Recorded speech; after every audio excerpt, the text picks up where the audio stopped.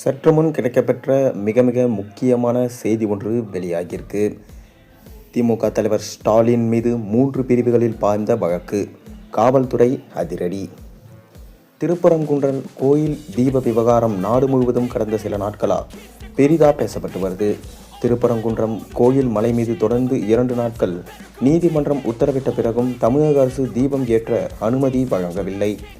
தர்கா அருகே தீபம் ஏற்றினால் தேவையில்லாத பிரச்சனைகள் ஏற்படும்.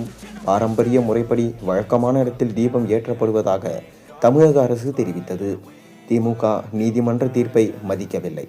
இந்துக்களின் வழிபாட்டு உரிமையை தடுக்க பார்க்கிறது என்று பாஜக குற்றம் சாட்டியிருக்கு. இதற்கிடையே தீப விவகாரத்தில் திருப்பரங்குன்றம் முழுவதும் பெரும் பதற்றமாக இருந்த நிலையில் கடந்த வியாழக்கிழமை தமிழக பாஜக மூத்த தலைவர் ராஜா காரைக்குடியில் இருந்து திருப்பத்தூர் வழியாக திருப்பரங்குன்றம் செல்ல முயன்றார்.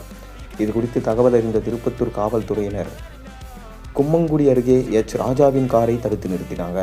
இதனால் ஆவேசமடைந்த ராஜா மற்றும் பாஜகவினர் காவல்துறையினரிடம் வாக்குவாதத்தில் ஈடுபட்டாங்க. அப்போது முதல்வர் ஸ்டாலின், அமைச்சர்கள் மற்றும் காவல்துறை அதிகாரிகள் ராஜா தரைக்குதைவா பேசியதாக கூறப்படுகிறது.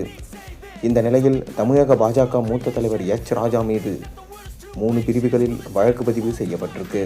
அதாவது அரசு அதிகாரிகளை பணி செய்ய விடாமல் தடுத்தல், மதக்கலவரம் தூண்டுதல் வகையில் பேசுதல், முதல்வர் அமைச்சர்களை அவதூறாக பேசுதல் உள்ளிட்ட பிரிவுகளின் கீழ் அவர் மீது வழக்கு பதிவு செய்யப்பட்டிருக்கு.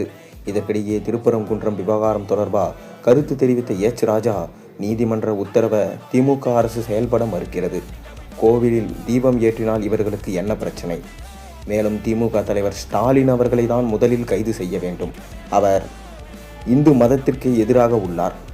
மதத்திற்கு எதிராக செயல்பட்டு கொண்டு இருக்கிறார்.